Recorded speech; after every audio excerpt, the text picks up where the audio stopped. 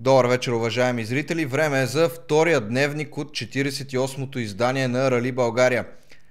Намираме се в село Дюлино, където беше даден стартът на тазгодишното състезание. Състезание, в което след техническия преглед стана ясно, че 43 екипажа ще се впуснат в предизвикателството, което организаторите предлагат на екипажите.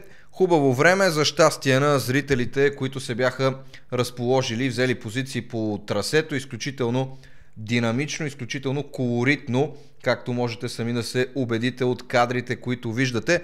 В първият етап, който между другото беше и най-дългият от всички 12 предвидени в тазгодишното издание на ралито, Ягис Авджы с Peugeot 208, представителят на Турция с втори състезателен номер, взе аванс пред състезаващият се за Грузия през тази година Пламен Стайков, когото виждате с номер 1. Символичен аванс след първия етап. Пламен Стайков с Mitsubishi Lancer с леко изоставане. Изненадата дойде от друг представител на южната ни съседка, Орхан Авчълглу, който скъса ремък на водната помпа още в самото начало на първия етап и той заедно с своята Ford Fiesta бе принуден да напусне състезанието, макар че все пак успя да завърши първия етап, но изоставането му от над 9 минути беше напълно непреодолимо за него и за неговия екип, така че след решение на неговия щаб в Чългу напуска надпреварата и така и не го видяхме повече в действие. В първи етап 4 екипажа още трябваше да преустановят своето участие в Рали България 2017. Три от тях, за съжаление български, Димитър Кондев, Красимир Кръстев и Драгомир Друмчев, имаха не особено приятната съдба да не продължат кой знае колко дълго своето участие в състезанието. След неутрализацията и кратка пауза беше време за втората част на състезанието. Тя пък се оказа изключително неблагоприятна за Пламен Стайков, който спука гума и загуби изключително много време в втория етап, който реално погледнато представляваше абсолютно същия маршрут като Дюлино, просто състезателите караха наобратно. Етапът Козичино се оказа фатален за Пламен Стайков и неговите амбиции, поне в началото на състезанието, защото Стайков загуби повече от 9 минути, финишира последен в този етап и съвсем закономерно Ягис Авджы с своето Peugeot увеличи своя аванс в генералното класиране, след като Авджы спечели и вторият етап за деня. Трето време в този втори етап постигна Мустафа Чакал с Mitsubishi Lancer с изоставане от 27 секунди.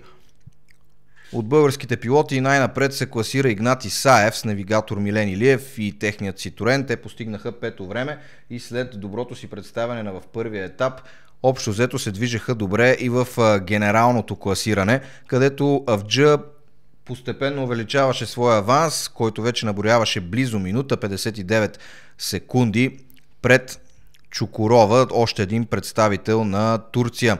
Исаев вземаше трето време с изоставане от около минута и половина, а Тихомир Стратиев с друго Peugeot 208 беше на пето място, следван от Григор Григоров. Вчера Тихомир Стратиев имаше интересно изказване по време на церемониалното откриване на тазгодишното рали, споделяйки шеговито, че ще използва 210 коня и ще даде абсолютно всичко от себе си, въпреки че неговата машина е с мощност от 205 коня. Това пък е един любопитен момент от вторият етап днес, когато още един от представителите на Турция имаше леки проблеми по трасето. В крайна сметка Умут Фират нямаше кой знае какви затруднения, освен че загуби около 10 секунди да се върти по пистата. В крайна сметка всичко се размина благополучно и за него. След кратката пауза състезателите се отправиха към следващите два етапа, които се проведоха в Аврен.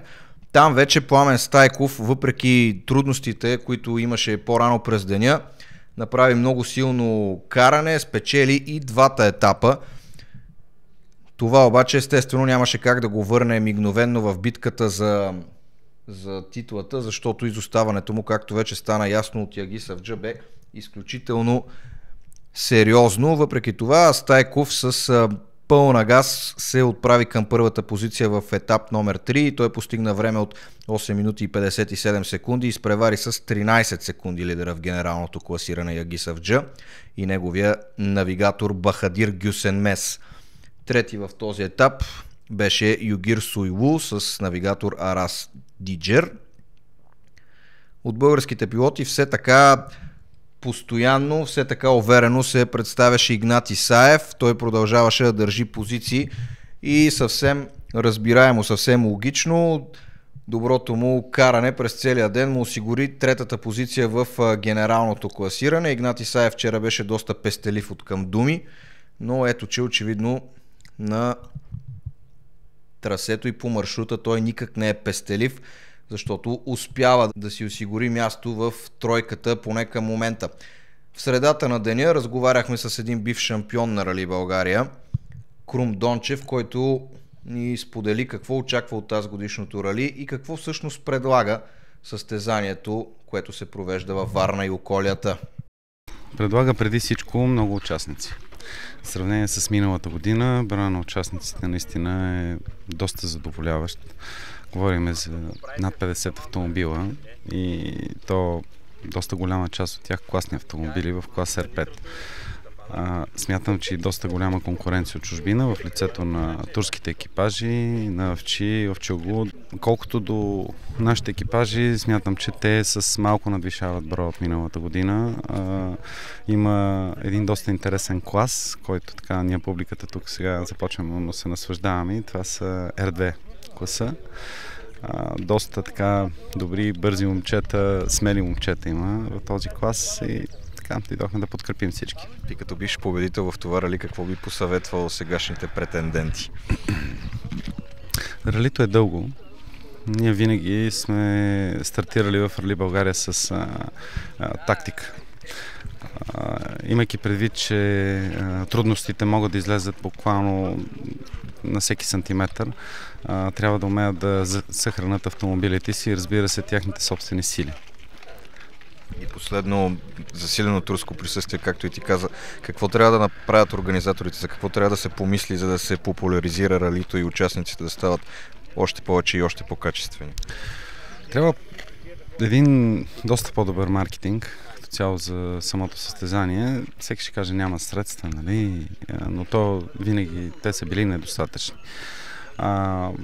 Трябва по-целенасочена работа с медии, маркетинг, международен също маркетинг, по-така голямо лоби в Международната федерация, ако може да се вземе и кръг, който да е финален кръг на Европейския рали трофей, поне такива идеи имаха Българската федерация по автомобилен спорт, би било много добре. Наистина би било много добре и смятам, че тогава вече ще гледаме това Рали България, което беше преди години.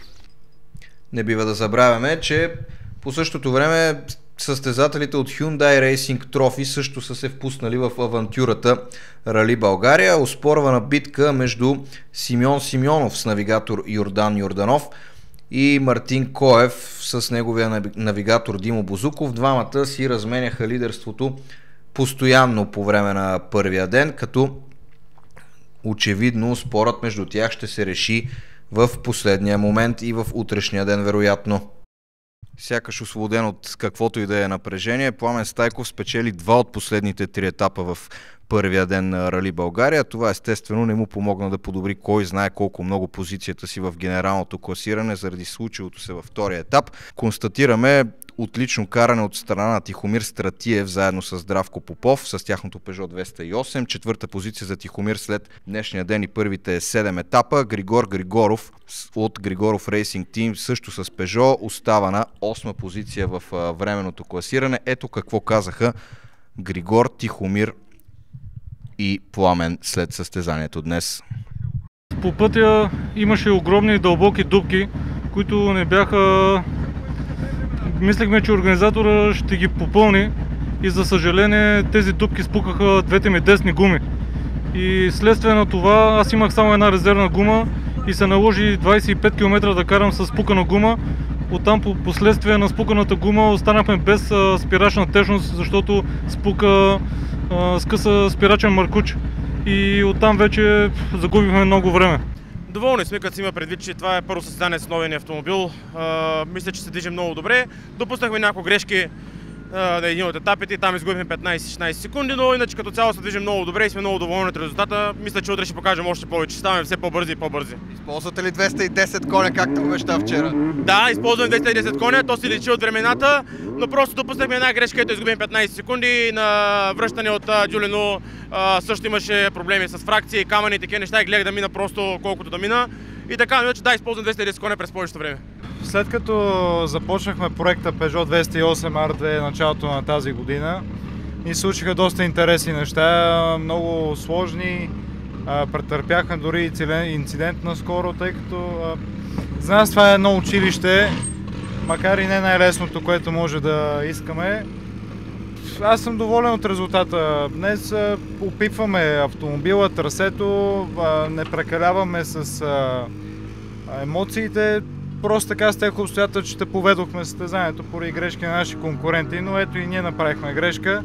Ударихме бордюр на предишната отсечка, спукахме гума и си подарихме ралито.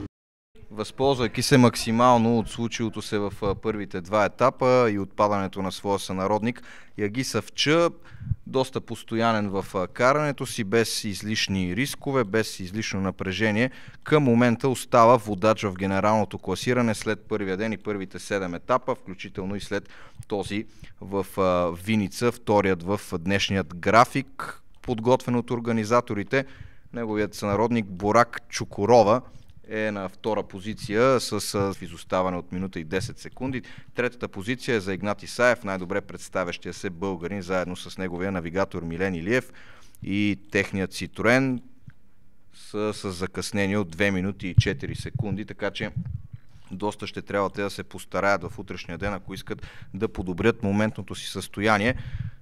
Тримата бяха добронамерени, за да кажат по някоя дума след етапа, който се проведе във Варна, етап, който разбира се имаше за цел да привлече колкото се може повече публика около трасето. Един атрактивен етап, който завърши с победа на Борак Чукорова. Стартирахме уверено, запазихме добро темпо, съобразихме се с маршрута. Някои от етапите бяха доста опасни и съм доволен, че се справихме. Надявам се утре да не допуснем грешка. Фантастично рали, етапите са много бързи, прекрасно е. А още по-хубаво е, че сме на второ място в класирането. Конкуренцията също е впечатляваща, просто няма как да не сме удовлетворени. Стараем се много, подготвени сме, записките ни излизат както трябва.